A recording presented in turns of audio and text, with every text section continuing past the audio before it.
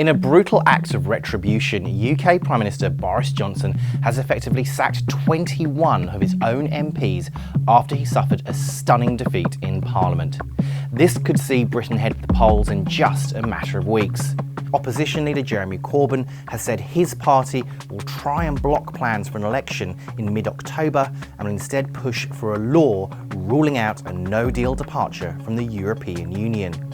Mr Johnson has said he wants Britain to leave on October 31 from the EU, no ifs or buts. If I go to Brussels, I will go for a deal, and I believe I will get a deal. And we will leave anyway.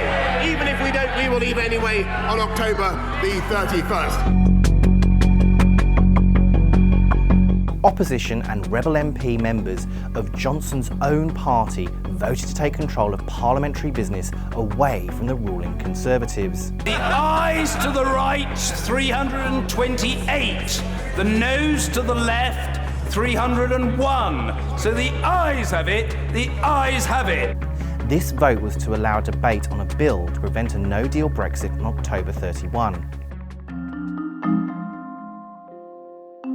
As MPs filed out of the House of Commons, the Conservative rebels' phones began to ring as one by one they had the whip withdrawn. Having the whip withdrawn means they are expelled from the party and must now sit as independent MPs, which massively reduces their chance of retaining their seats if an election does take place. Mr Johnson had indicated he would go to a general election if he had the power of a no-deal Brexit taken from him. He has insisted that that would remove any leverage the UK has with the EU on amending the details of previous Prime Minister Theresa May's deal with Brussels. Speaking after the vote, Labour's Mr Corbyn said the party would not back a general election. There is no consent in this House to leave the European Union without a deal. There is no majority for no deal in the country. Unfortunately for Mr Johnson, calling an early election is no longer as simple as bending the knee to the Queen and requesting one.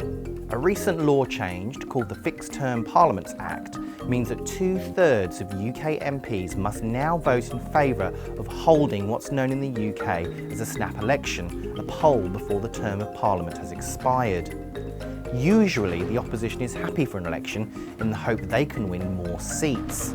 But this time, Labour's main game is to take control of the Brexit debate and stop a no-deal before an election happens. If Labour refuses to vote for an election, that could get in the way of Mr Johnson's plans. But the PM has other tools he could deploy. One is by introducing a new law that bypasses the Fixed Term Parliaments Act for this one election, and that would need just a simple majority to pass.